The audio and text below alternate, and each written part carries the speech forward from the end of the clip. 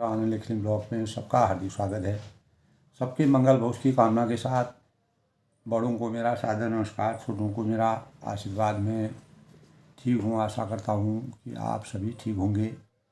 सबको होली की शुभकामनाएं। रामचरितमानस के बालकांड के प्रसंग में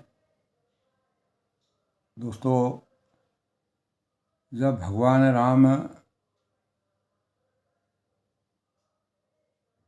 शिव जी के धनुष को तोड़ करके परशुराम के साथ उनका संवाद होता है और परशुराम शिव जी के अनन्य भक्त थे। ऋषि परशुराम बाल ब्रह्मचारी होने के परिणाम स्वरूप उन्होंने शिव भक्ति में ही अपने जीवन को समर्पित किया।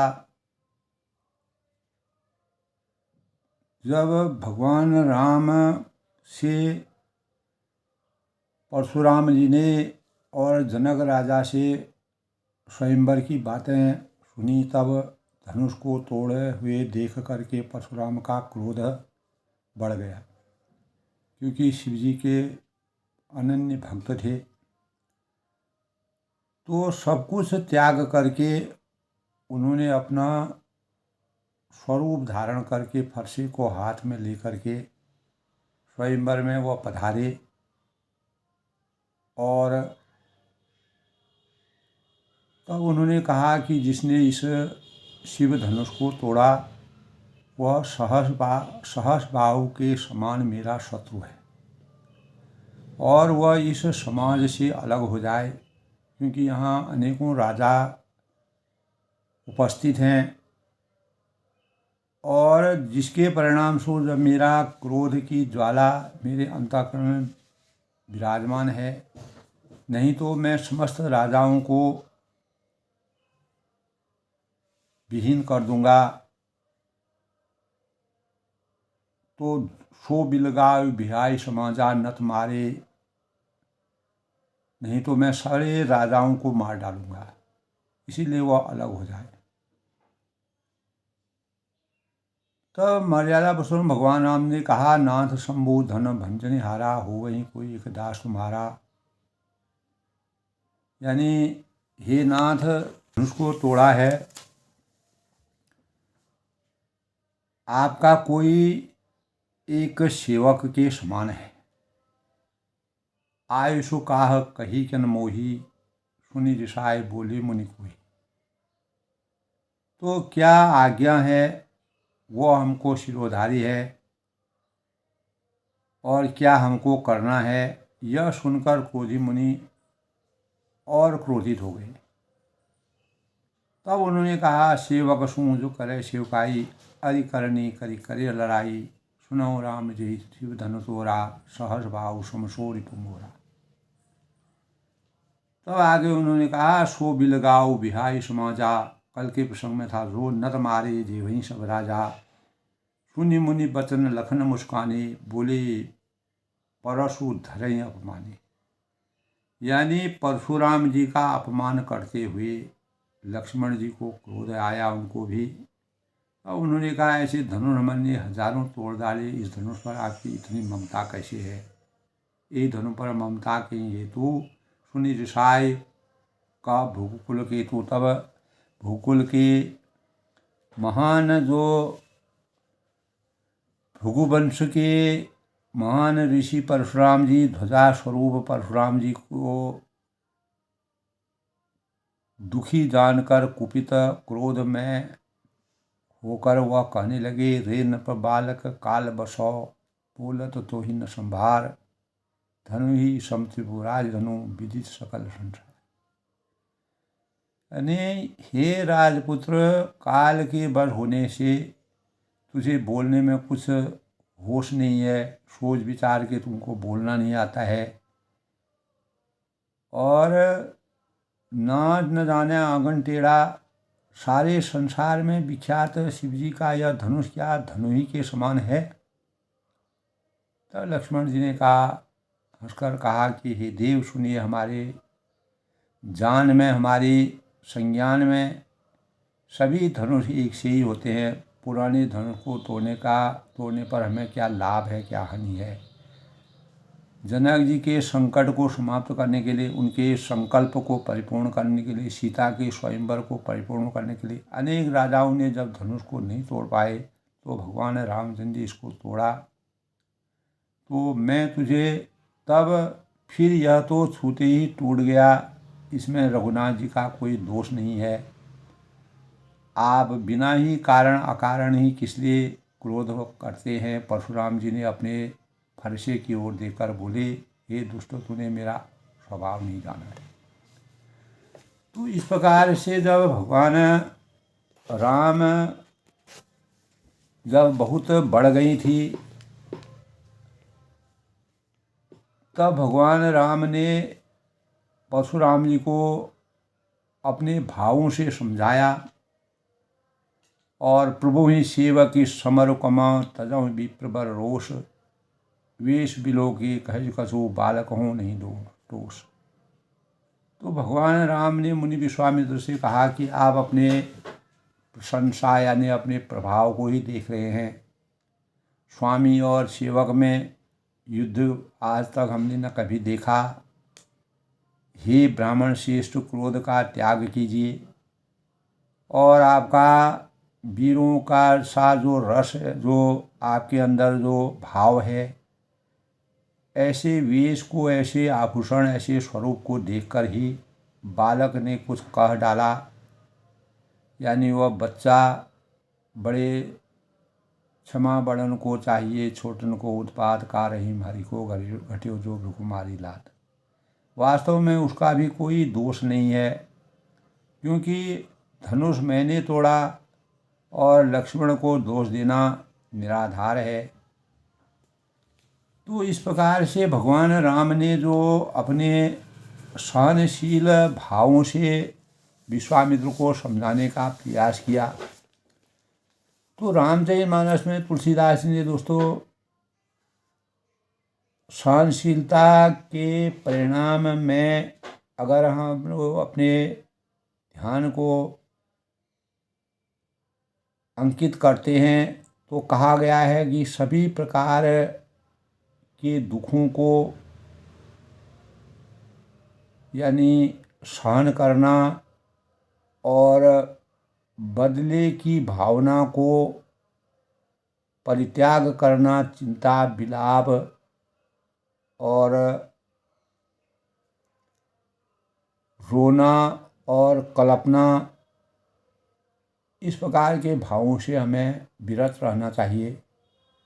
अर्थात सहनशीलता और क्षमा को की पराकाष्ठा तितिक्षा कहलाती है। भगवान राम में क्षण क्षण भर में वह प्रत्येक कार्य को सहनशील और धैर्यता के साथ परिपूर्ण करने में ऐसे भावों से उन्होंने मानव रूप में अवतरित हुए। तो तितिक्षा का दोस्तों जो क्षेत्र होता है वह असीम है। यानी इसमें धर्म के 10 गुण धृति है, क्षमा है, दम है, अस्ति है, शौच है, इंद्रिय निग्रह है और भी तमाम प्रकार की जो विद्याएं हैं, शक्ति और अक्रोध, ये समाये हुए हैं। तो तितिक्षा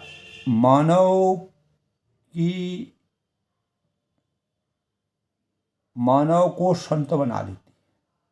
भगवान राम जो है मानव रूप में अवतरित होकर के लोक कल्याण के कार्य करके और शिव जी के धनुष को तोड़ करके उन्होंने परमेश्वर का काम किया, पुरुषार्थ का काम किया। धर्म अर्थ काम मोक्ष की पराकाष्ठा से सीता जी के स्वयंवर को परिपूर्ण करके जनक जी का संताप हमेशा के लिए समाप्त किया। तो सबके हित में लगे रहना, प्रिय वचन बोलना, स्वाभाविक रूप से प्रसन्न रहना और अभिमान का त्याग करना और सर्वमान्य आचार बताए, ये सर्वमान्य आचार बताए गए हैं जो भगवान रामचंद्र में विराजमान थे। तुलसीदास ने इस प्रकार का वर्णन किया है बालकांड में। तो तितिसा के मार्ग पर बढ़ने के लिए सदाचार का अवलंबन लेना पड़ता है। यद्यपि परशुराम जी शिव जी के अनन्य भक्त थे, लेकिन मर्यादा पुरुषोत्तम भगवान राम के अभीष्ट को वह नहीं समझ पाए और सदाचार से मन, बुद्धि और शरीर स्वस्थ और बलवान बनते हैं। भगवान राम ने सदाचार की अनुभूति से परशुराम जी के क्रोध को क्षीण करने का प्रयास किया और भले ही शक्तिशाली न बन पाए, किंतु अगर कोई व्यक्ति अगर सहनशीलता के मानकों को अपने जीवन में चरितार्थ करते, यद्यपि वह शक्तिशाली भी नहीं बन पाता है, लेकिन संकटों से जूझने की सामर्थ्य उसमें बन जाती, आ जाती है, विराजमान हो जाती है। तो क्षमा बलवान को शोभा देती है। इसलिए भगवान राम ने कहा कि क्रोध किसी भी चीज का अंत नहीं है, क्रोध से कोई कार्य संभव नहीं हो सकता है।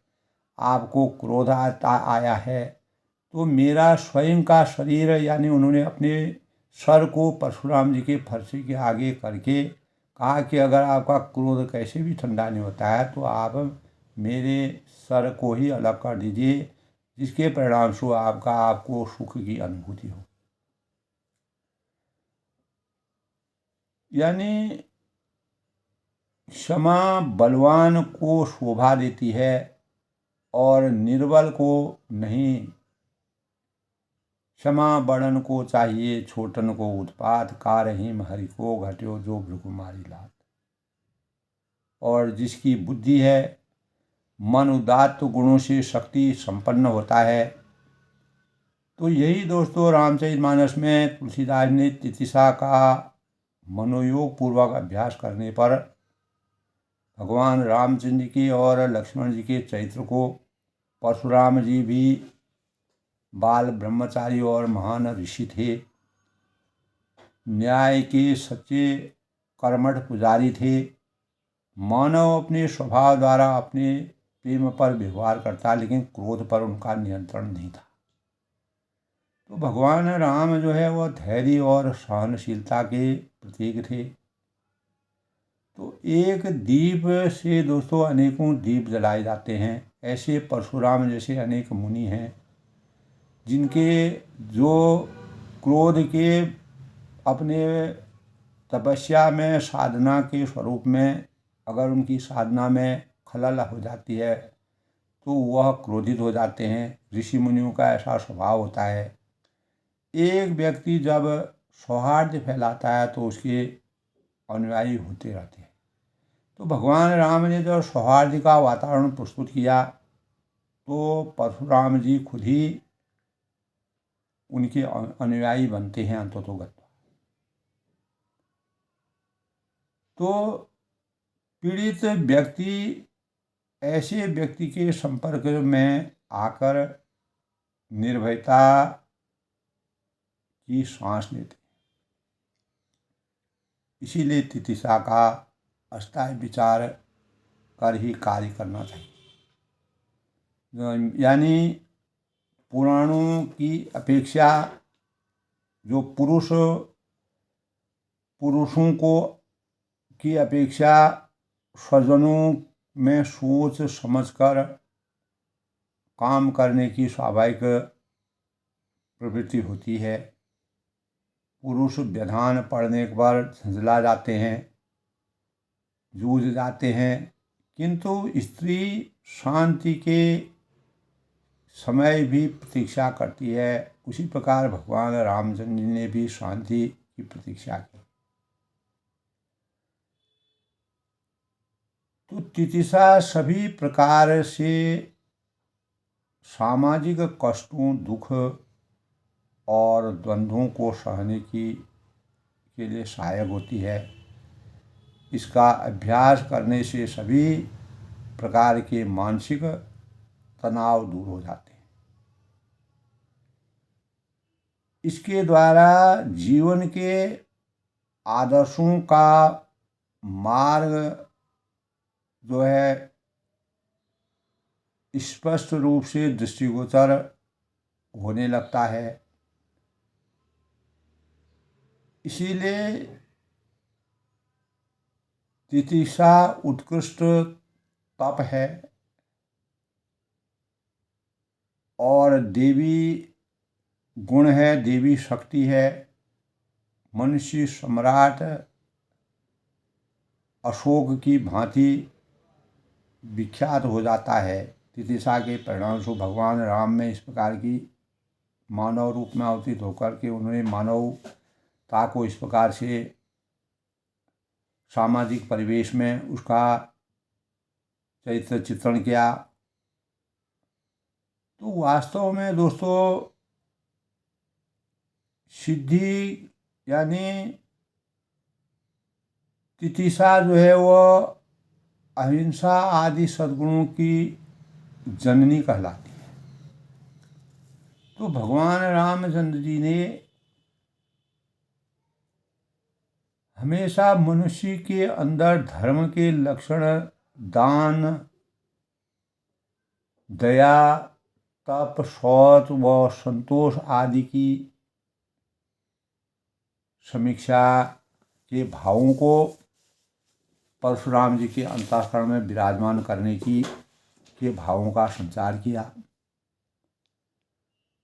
तब भगवान राम ने कहा कि यदि कृपा करने से आपका शरीर जला जाता है, जो पे कृपा करई मुनि गाता, क्रोध भई तनु राख विधाता। तो क्रोध होने पर भी शरीर की रक्षा विधाता ही करते हैं। परशुराम जी ने कहा, देख जनक हटि बालक ये हो, कि ये जनक देखकर मूर्ख बालक हट करके यानी यमपुरी में घर निवास करना चाहता है, यानी मेरा फरसा इतना ऐसा कार्य करने के लिए विवश हो जाएगा। तो बेगी करहूँ कि न आँख न ओटा, देख छोट खोट न पछोटा। लक्ष्मण जी ने जब रामचंद्र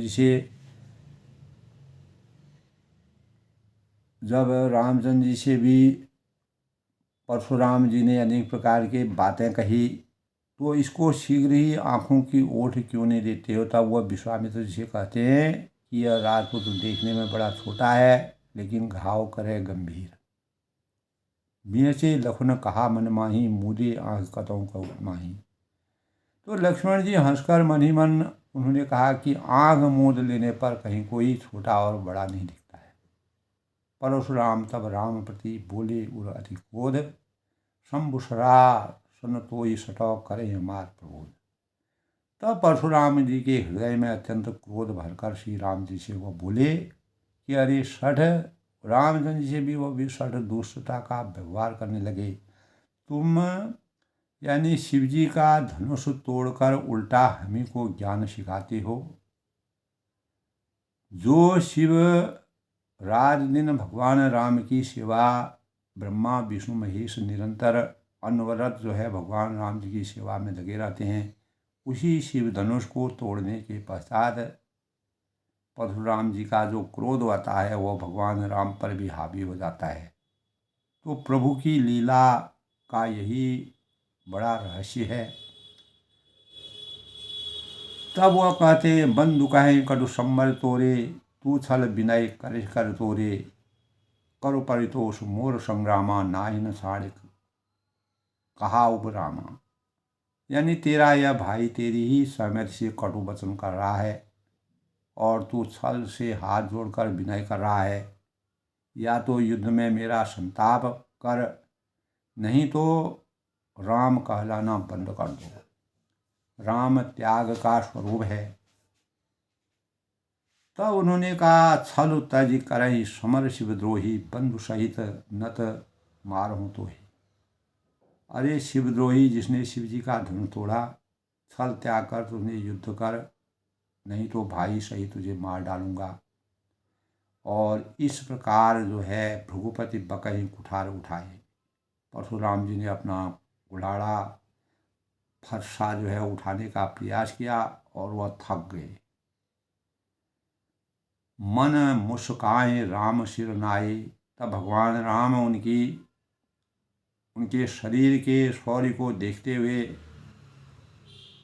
मन ही मन मुस्कुराते हैं, सोचते हैं, विचारते हैं कि अंततोगता लक्ष्मण रेखा को यह कहाँ तक बाहर निकल सकते हैं, कहाँ कितना यानी यह अपमान को हम सह सकते हैं। गुनाह लखन कर हम कर रोसू, यानी इनको चिढ़ाया लक्ष्मण ने है, और क्रोध ये और करे अपराध कोई और पाए फल कोई, अति विचित्र भगवान गति को जाने जग जोड़। भगवान की गति बड़ी विचित्र होती है, अपराध कोई करता है उसका फल कोई और पाता है। ये रामचरितमानस में तुलसीदास ने वर्णन किया है। ऐसा ही प्रसंग यहाँ पर भगवान राम के लिए हो रहा है। टेढ़ जान सब बंधों का वो बकर चंद्र में घुसई न रहा। तो कहीं कहीं सीधेपन से काम नहीं निकलता है, तो वहाँ पर टेढ़ा होना पड़ता है। और किसी भी वंदना करना टेढ़े चंद्रमा के राहु जो है वह समाप्त नहीं हो सकता है। तब रामचंद्र ने कहा कि राम कहूँ ऋषि तजिए मुनीषा। अंततोगता उन्होंने पूर्ण भावनाओं के सहित दया और करुणा के भावों का संचार करते हैं। परशुराम ऋषि अनेक बार विनय की, उनका मान सम्मान किया। और रघुकुल की रीति है कि किसी भी संत का जो है परिहास नहीं करना चाहिए, संत का आदर करना चाहिए, क्योंकि वह हमेशा संतों के सानिध्य में रहे हैं। कुल गुरु वशिष्ठ जी से ज्ञान प्राप्त करके विश्वामित्र द्वारा शस्त्र अस्त्र का ज्ञान प्राप्त करके सीता के स्वयंवर में मुनि की आज्ञा के परिणाम स्वरूप पहुँचते हैं। और मुनि की आज्ञा के परिणाम के बाद ही उन्होंने शिव धनुष को तोड़ने का प्रयास करके शिव धनुष को तोड़ा। छूते ही शिव धनुष जैसे भगवान राम ने धनुष को तोड़ा, जबकि सारे राजा परास्त हो गए। तो श्री राम जी ने प्रकट रूप में कहा कि राम कहूँ ऋष तजिए मुनीषा, कर कुठार आगे है शीशा। यानी मेरा सिर जो है आपके आगे है, आपने कुठार, आपके हाथ में कुठार है और मेरा यह सिर आपके आगे है। जिस प्रकार आपका क्रोध समाप्त हो, जैसे आपको संतुष्टि प्राप्ति हो, तो हे स्वामी वही आप कीजिए। आपको पूर्ण स्वतंत्रता है, आप मुनि श्रेष्ठ हैं। मुनियों का सम्मान करना रघुवंश की नीति है, रीति है, मर्यादा है। मुझे अपना अनुचर या दास कहिए। प्रभु से कहीं समर कसौ तजऊ विप्र पर रोष।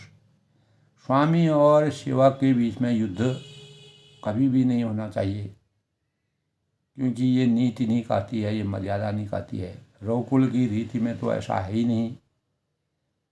जिस स्वामी से ज्ञान प्राप्त किया जाता है, उस स्वामी को सेवक कभी भी अहित नहीं कर सकता है। बेश बिलोगे कहीं कतो बालको नहीं दोष।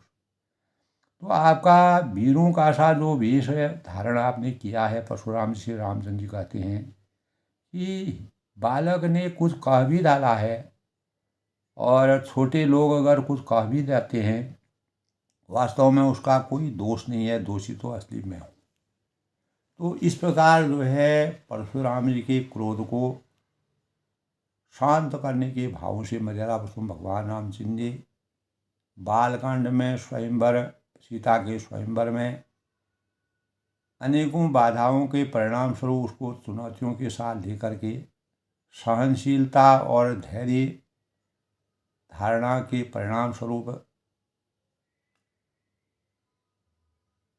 अपने मधुर वाणी से, कोमल वाणी से परशुराम मुनि को समझाने का प्रयास किया। तो दोस्तों आज के प्रसंग से पहले आज के शुभ पंचांग की समीक्षा करते हैं।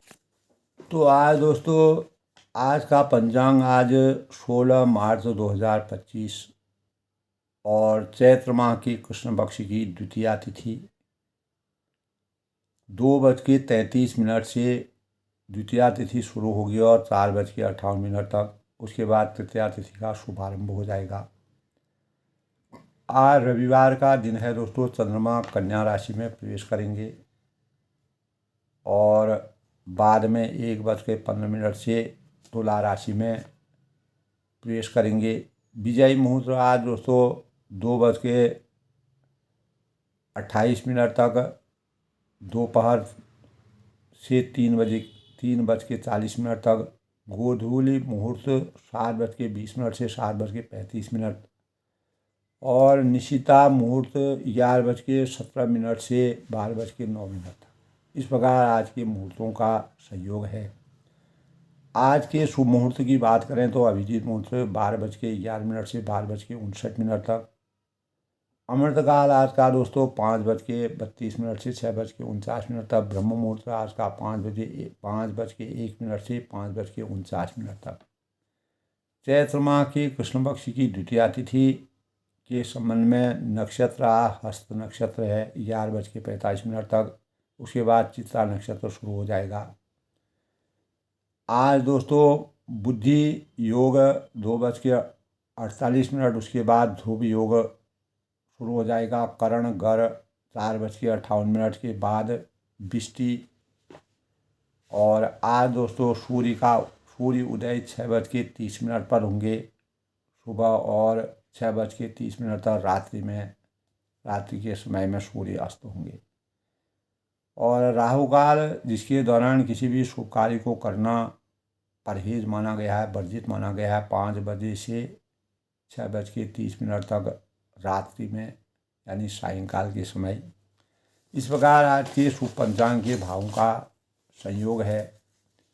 तो जैसे कि दोस्तों हम जानते हैं कि सूर्य आज रविवार का दिन है। रविवार का दिन 1846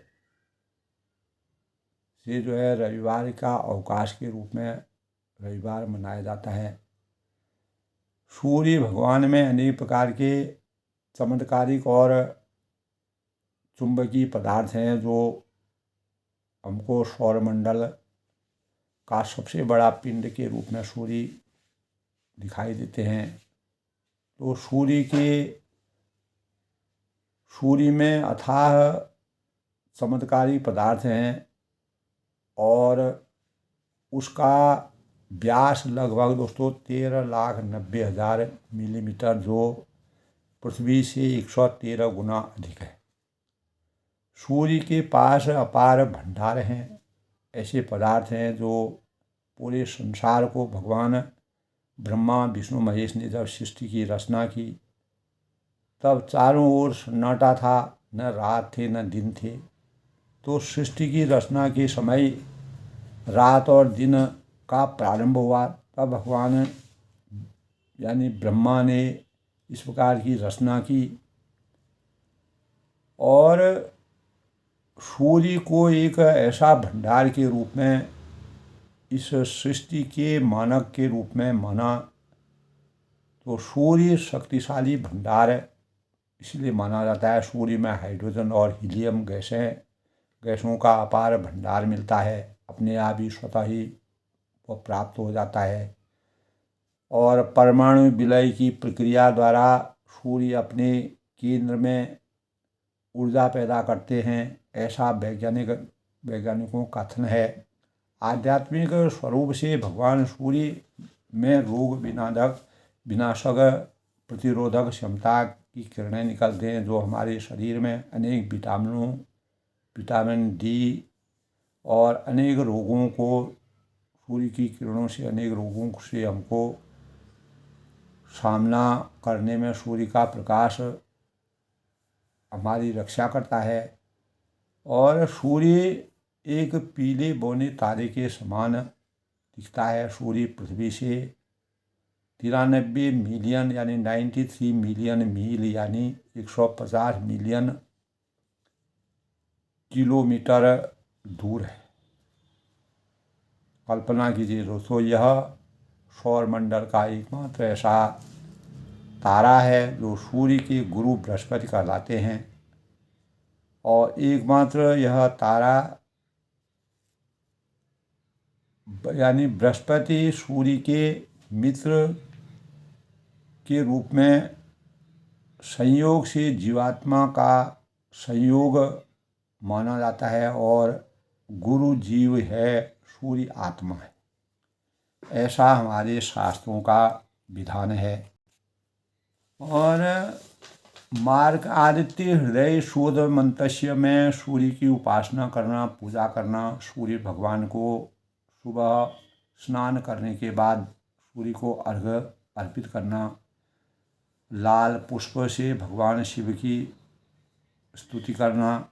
मार्कंडी पुराण में भी दोस्तों के अनुसार पहले संपूर्ण जो जगत था, जो संसार था, जो सृष्टि थी, प्रकाश रहित था। और जब ब्रह्मा जी ने के मुख से ओम प्रकट हुआ और वही सूर्य का प्रारंभिक स्वरूप माना जाता है, तभी रोशनी प्रकट हुई। इसके बाद भू भव तथा स्व शब्द भू व स्व अपना रूप लिया, उसकी उत्पत्ति हुई।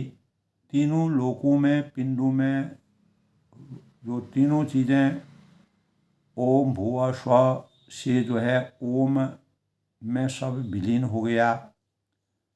तो सूर्य को स्थूल रूप मिला, जिसके परिणाम स्वरूप सूर्य का असली नाम आदित्य है। तो दोस्तों, सूर्य एक प्राकृतिक चिकित्सालय के समान मानव जीवन के लिए सबसे बड़ा साधन है। सूर्य की सप्तरंगी किरणों में अद्भुत रोग विनाशक शक्ति का संचार होता है। सूर्य की किरणों में अपार औषधि गुणों का भंडार है, ऐसा हमारे शास्त्रों में, वैज्ञानिक विचारधाराओं में है। अनेक कीटाणुओं का संहार करने की क्षमता है। ऊर्जा का सबसे बड़ा स्रोत सूर्य माना जाता है। आज भी दोस्तों सौर ऊर्जा के परिणाम स्वरूप प्रकाश की यानी उजाले के लिए विभिन्न प्रकार से सूर्य की किरणों का प्रयोग मानव जीवन के लिए बहुत ही हितकारी माना गया है। वैज्ञानिक आज चरम पर हैं। तो सूर्य की पूजा अर्चना इसलिए राजयोग के लिए शुभकारी माना जाता है। पद प्रतिष्ठा की प्राप्ति के लिए सूर्य भगवान की अगर जिस भी जातक के जन्म कुंडली में सूर्य भगवान उच्च के होते हैं, सूर्य उच्च के होते हैं, तो वह राजसी ठाट बाट और अच्छे पद को प्राप्त करता है, ऐसा हमारे शास्त्रों में कहा गया है। तो सुख, समृद्धि व तेज प्राप्ति के द्योतक के रूप में ज्योतिष शास्त्र के अनुसार पंचदेव के समान भगवान शिव, गणेश, विष्णु, दुर्गा और सूर्य भी उनमें शामिल हैं। और जल में रोली और लाल पुष्प और गंध अक्षत डाल करके सूर्य भगवान को अर्घ्य देना चाहिए। सूर्य को दीप प्रज्वलित कर भगवान सूर्य की स्तुति करनी चाहिए।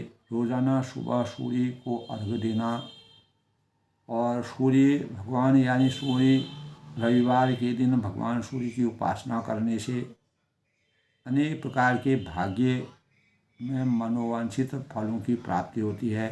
ओम भुवः स्वः तत्सवितुर्वरेण्यं भर्गो देवस्य धीमहि धियो यो न प्रचोदयात्। तो इस प्रकार दोस्तों सूर्य भगवान को कलयुग में सूर्य भगवान के माध्यम से हमें अनेक प्रकार के स्रोतों की प्राप्ति होती है और हमारा जीवन सामर्थ्यवान बनता है और हमको अनेक प्रकार के राजयोग सूर्य को मजबूत करने के लिए भगवान सूर्य की अर्चना करना, सूर्य का ध्यान लगाना और सूर्य में जल अर्घ्य देना यह शुभ कार्य माना जाता है, जो राजयोग के प्रतीक के रूप में माना जाता है। तो मर्यादा पुरुषोत्तम भगवान रामचंद्र ने भी दोस्तों जब रावण का वध किया था, तो जब विभीषण के द्वारा बताया गया कि रावण के नाभि में अमृत है, जब बार बार रावण के सिर भगवान राम अलग कर रहे थे, तो क्यों ही वो अलग करते फिर जुड़ जा रहे थे। तो भगवान राम को आश्चर्य हुआ कि ऐसा कौन सी शक्ति है इसमें। तब विभीषण ने उनकी नाभि में अमृत बताया। तब अगस्त मुनि ने भगवान राम को एक शक्ति दी थी तेज। तब भगवान आदित्य हृदय शोध मंत्र सिखा, उन्हें जाप किया, उनका ध्यान किया, और जिसके परिणाम से उनके अंतःकरण में तेज की प्राप्ति हुई। और विभीषण द्वारा उनकी नाभि में अमृत होने की बातों से और देवी की शक्ति की प्राप्ति दुर्गा अवतरित हुई, और दुर्गा के अवतरण के परिणाम स्वरूप शक्ति और तेज के पुंज से भगवान राम ने अग्निबाण मार करके रावण के नाभि में जो अमृत था उसको शोक करके रावण का वध किया। इसीलिए मर्यादा पुरुषोत्तम भगवान रामचंद्र ने भी मानव जीवन को सचेत करने के लिए रावण जैसे वीर और भीम का, जिनको शिव जी का वरदान था, शिव जी के भक्त थे रावण, और राक्षसी कुल में चले जाने के परिणाम स्वरूप ब्राह्मणों के द्वारा दिए गए श्राप के कारण उनको, यानी प्रताप भानु राजा होने के बाद उनको इस प्रकार का श्राप मिला था कि तुम राक्षसी कुल में पैदा हो गए और राक्षसी अवतार में। तब वह मर्यादा पुरुषोत्तम भगवान राम से बैर करके मोक्ष की प्राप्ति की, और रावण की वास्तविकता का पता चला। यह सूर्यदेव के तेज का भी, इसीलिए भगवान राम जो है हमेशा सूर्यदेव की मानव रूप में अवतरित होके भगवान सूर्य का पूजन करते थे। तो आज के प्रसंग की बात करते हैं रामचरितमानस के बालकांड में। तो दोस्तों, देखि कुठार बान धनधारी, भय लर कहीं ऋषि वीर विचारी, नाम जान पे तुम्हें न चीना, वंश शोभा उतर नहीं दीना। यानी आपको कुठार बाघ और धनुष धारण किए देखकर और वीर समझकर बालक को क्रोध आ गया, और नाम जान पे तुम्हें न चीना, और वह आपका नाम तो जानता था पर उसने आपको पहचाना नहीं। भगवान राम इस प्रकार से परशुराम जी को समझाते हैं, वंश शोभाए उतरते ही दीना। अपने वंश रघुवंश के स्वभाव के अनुसार उसने उत्तर नहीं दिया, क्योंकि हमारे रघुवंश की रीति है, रघुकुल रीत सदा चले आई, प्राण जाय पर वचन न जाई, जो तुम और तुम्हें मुनि की नाई, पद रज शिरो शिशु धतर गुसाई। भगवान राम ने परशुराम जी से कहा कि यदि आप मुनि की तरह पेश आते, मुनियों का जिस प्रकार का स्वभाव होता है, ऋषियों का जिस प्रकार का स्वभाव होता है, तो निश्चित ही स्वामी यानी पद रज शिर शिशु धरत गोसाई, बालक आपके चरणों की धूल सिर पर अवश्य रखता है, क्योंकि ये हमारे रघुवंश की मर्यादा है। क्षमो चूक अनजानत की, अनजाने की भूल को क्षमा कीजिए। अनजाने में कहीं बहुत बड़ी गलती भी हो जाती है। चाहिए विप्र कृपा घनेरी, ब्राह्मणों के हृदय में बहुत अधिक करुणा, दया, सौहार्द भावना और सहनशीलता और धीरता होनी चाहिए, ऐसा हमारे शास्त्रों में बताया गया है। तो भगवान राम ने परशुराम के क्रोध को समाप्त करने के लिए सहनशील और मधुर वाणी से, कोमल वाणी से उनके चिंतन को शांत किया। हमें तुम्हें सरी बरी कशी ना था, यानी हे नाथ, हमारी और आपकी बराबरी कैसी, बराबरी करने का कोई औचित्य नहीं है। एक तरफ स्वामी है, एक तरफ सेवक हैं, तो स्वामी और सेवक का सुख और दुख की तरह वेदना होती है, अच्छाई और बुराई, यानी एक दूसरे के सुख दुख के साथी होते हैं। कहो न कहा चरण मह माथा, कहिए न कहाँ चरण कहाँ मस्तक, एक तरफ चरण है दूसरी तरफ मस्तक है। कहाँ मेरा सम मात्र छोटा सा नाम राम, और कहाँ आपका पशु सहित जो नाम है परशुराम।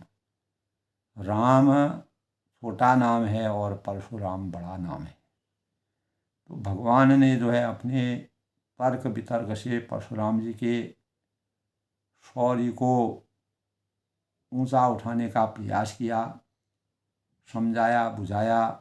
देव एक गुण धनुष हमारे, और हे देव हे नाथ, हमारे तो एक ही गुण धनुष हैं। धनुषधारी आप भी हैं और धनुषधारी हम भी हैं।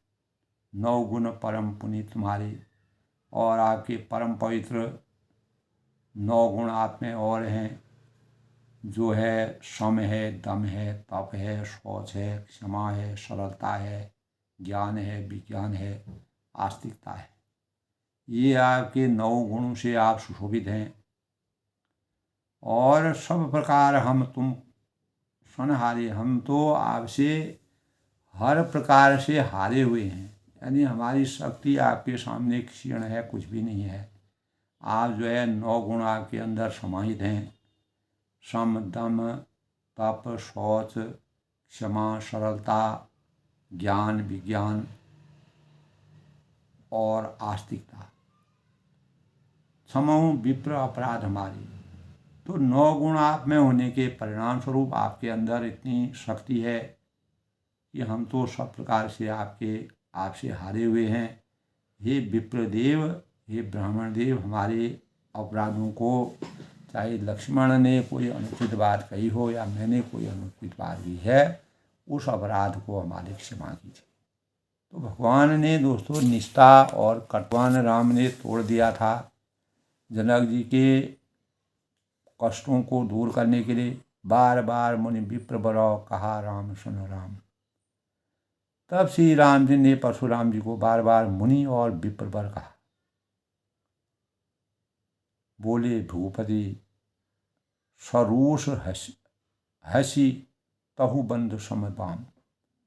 तब भृगुपति परशुराम जी ने भृगुवंश के श्रेष्ठ मुनि परशुराम जी ने कुपित होकर अथवा क्रोध को हंसी, इतने बड़े विशाल जो कभी भी अपने क्रोध में संयम नहीं कर पाते थे, यहाँ तक कि उन्होंने अपने माता पिता के साथ भी कभी क्रोध के आगे समझौता नहीं किया। और इसीलिए माता पिता के ऋणों से वह बड़ी मुश्किल से उऋण हुए, लेकिन गुरु का ऋण उनके उस सिर पर अभी भी पड़ा हुआ है। बोले तू भी अपने भाई के समान ही टेढ़ा है, ऐसा फिर भी वह ऐसा कहते हैं। यानी उनको पता चल गया कि ये मेरी बड़ाई कर रहे हैं और मेरा ध्यान भटका रहे हैं। निपट ही दिद करी जान ही मोही, मैं जस विप्र सुनाऊँ तो ही। तो तू मुझे जिस ब्राह्मण ही समझता है, यानी अगर तुम मेरे को निरा ब्राह्मण ही समझते हो, ये तुम्हारी भूल है। निपट ही दिद करी जान ही मोही, मैं जस विप्र सुनाऊँ तो ही। मैं कैसा विप्रों कैसा ब्राह्मण हूँ, तुझे उसके बारे में पूरा रहस्य सुनाता हूँ। यानी चाप श्रुवासर आहुति जानू। धनुष को यानी श्रुवा बाण को, आहुति और मेरे क्रोध को अत्यंत भयंकर अग्नि जान। समिधि सेन चतुरंग सुहाई महामहीप भये पशु आई। मैं ये परशु काट बलि दीने, समर यज्ञ तब कौटिन्य कीने। तब परशुराम जी पुनः कहते हैं कि चतुरंगिणी सेना सुंदर समिधाएँ यज्ञ में जलाई जाने वाली लड़कियां हैं। बड़े बड़े राजा महामहीप भये पशु आई, राजा उसमें आकर बलि के पशु हुए हैं। मैं यही परशु काट बलि दीने, और जिनमें मैंने इसी फरसे से काट कर बलि दिया है। अनेकों राजाओं को मैंने इसी फरसे से काटा है। तो समर यज्ञ तब कोटिन की नहीं, ऐसे करोड़ों उपयुक्त रण यज्ञ मैंने किए हैं जिनका कोई पार नहीं है। अर्थात जैसे मंत्र उच्चारण पूर्वक स्वाहा शब्द के साथ समर यज्ञ जब कोटिन है आहुति दी जाती है, उसी प्रकार मैंने पुकार पुकार कर राजाओं की बलि दी।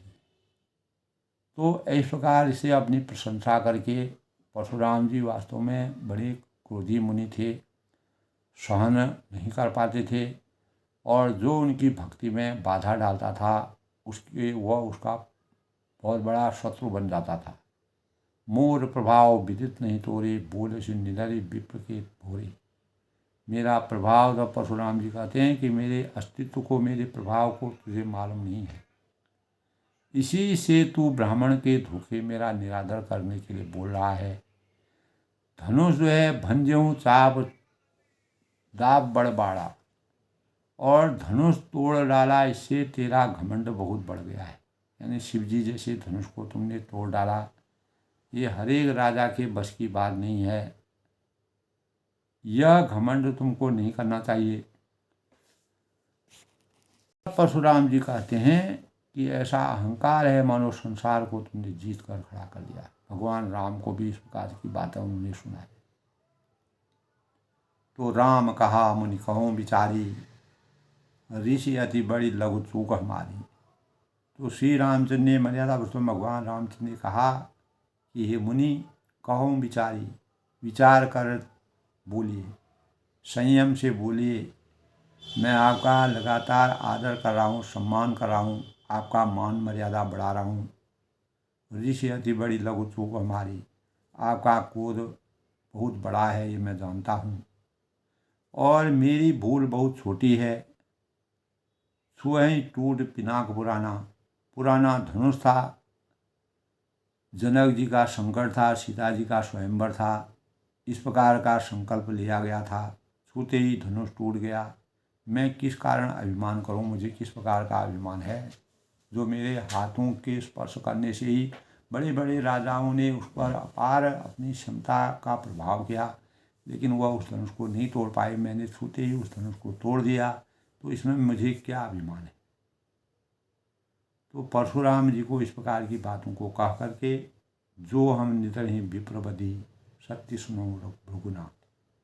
तब भगवान राम जी ने अंतर्गतवा कहा कि हे भृगुनाथ, भृगुल के श्रेष्ठ महामुनि परशुराम जी, यदि हम सचमुच ब्राह्मण कहकर निराधार करते हैं, आपका आदर नहीं करते हैं, कोई ऐसी भूल हुई है, चूक हुई है, बदि सत्य सुनऊँ भृगुनाथ, तो यह सत्य सुनिए।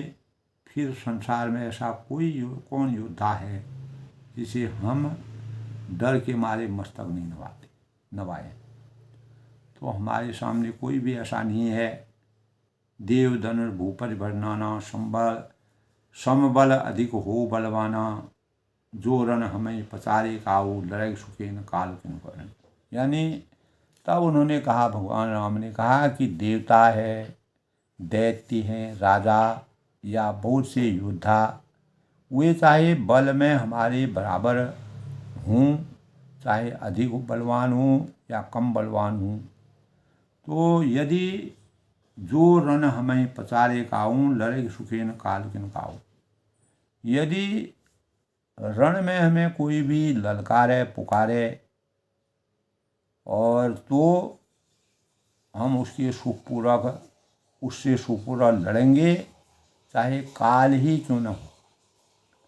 क्षत्रिय तनुधरि समर सकाना, कुल कलंकुत ही पावर पाना, कहूँ स्वभाव न कुलहि प्रशंसी, कालों डरहि न रन रघुवंशी। तब भगवान रामचंद्र ने पुनः कहा कि क्षत्रिय का शरीर धरकर जो युद्ध में डर गया, उस नीच ने अपने कुल पर कलंक लगा दिया। तो कहूँ स्वभाव न कुलहि प्रशंसी, स्वभाव से ही कहता हूँ, मान सम्मान आदर के साथ करता हूँ कि कुल की प्रशंसा करके नहीं, रघुवंश रघुवंशी रण में काल से भी कभी नहीं डरते। विप्र वंश कै असी प्रभुताई, अभय होई जो तुम्हें डराई। सुनी मदो गूढ़ वचन रघुवत के, उगरे पटल परशुधर मत के। तब ब्राह्मण वंश की ऐसी ही प्रभुता, इसी प्रकार की महिमा है कि जो आपसे डरता है वह सबसे निर्भय हो जाता है, और अथवा जो भय रहित होता है। अभय होई जो तुम्हें डराई, सुनी मृदु गूढ़ वचन रघुपत की। तो श्री रघुनाथ जी के कोमल और रहस्यमय गूढ़ वचनों को सुनकर परशुराम जी बुद्धि के पर्दे खुल गई। अज्ञान रूपी अंधकार से ज्ञान रूपी प्रकाश की पराकाष्ठा में आ गए। राम रमापति कर धनु लेहु, केतहु मिटे मोर संदेहु। तब परशुराम जी ने अपने क्रोध को नियंत्रित करके कहा कि हे राम, हे लक्ष्मीपति, धनुष को हाथ में अथवा लक्ष्मीपति विष्णु का धनुष लीजिए और इसे खींचिए। देत चाव आप ही चले गए हूँ, जिससे मेरा संदेह हमेशा, जो आपने शिव जी का धनुष कैसे तोड़ा, वो संदेह मेरा समाप्त हो जाएगा। और परशुराम मन विस्मय भयऊ, परशुराम जी धनुष देने लगे, तब वह आ भी चला गया। तब परशुराम जी के मन में बड़ा आश्चर्य हुआ। तब वह भगवान की वास्तविक रहस्य मर्यादा को जान पाए। जाना राम प्रभाव तब पुलक पुलक पुलित घात, जोर पान बोले बचनो हृदय न प्रेम। तब उन्होंने श्री राम जी का जब प्रभाव जाना, उनके प्रभुत्व को उनके अंतःकरण में विराजा, जिसके कारण उनका शरीर पुलकायमान हो गया, जो उनका क्रोध था हमेशा के लिए समाप्त हो गया, और वह जो है प्रफुल्लित हो गए, प्रसन्न हो गए। भगवान राम के साकार दर्शन उनको हो गए, शिव जी की भक्ति उनकी सफल हो गई। जो रिपान बोले वचन हृदय, वे हाथ जोड़कर वचन बोलते हैं। वही परशुराम जो एक बार रामचंद्र जी को अनेक प्रकार से ललकारते हैं, प्रेम उनके हृदय में समाता न था।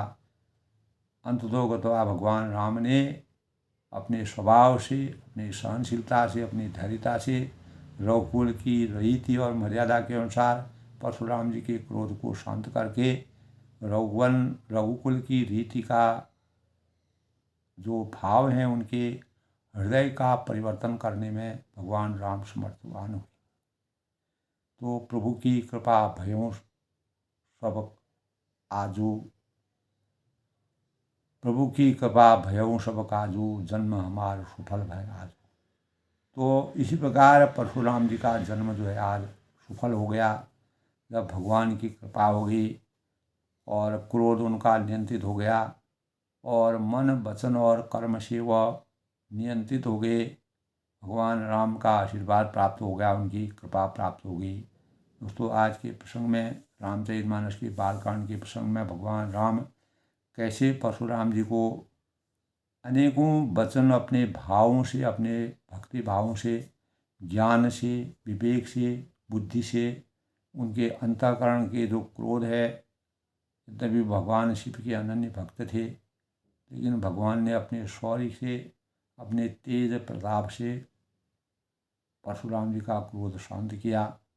आज के प्रसंग में दोस्तों अपनी वाणी को विराम देते हुए प्रेरणा यही मिलती है कि अनेक समर्थवान ऋषि मुनि हैं, जब तक भगवान की कृपा नहीं होती है तब तक वह अपने साधना में सशक्त नहीं हो सकते। तो आज ही परशुराम जी को इतना उन्होंने अनेकों इस प्रकार के कार्य किए, प्रभु की कृपा आज ही उन पर बरसी, जिसके परिणाम स्वरूप उनका अज्ञान रूपी अंधकार समाप्त हो के ज्ञान रूपी प्रकाश का असली समावेश उनके अंतःकरण में हुआ, और वह राममय हो गए। जय श्री राम के साथ आज के रामचरितमानस की बाल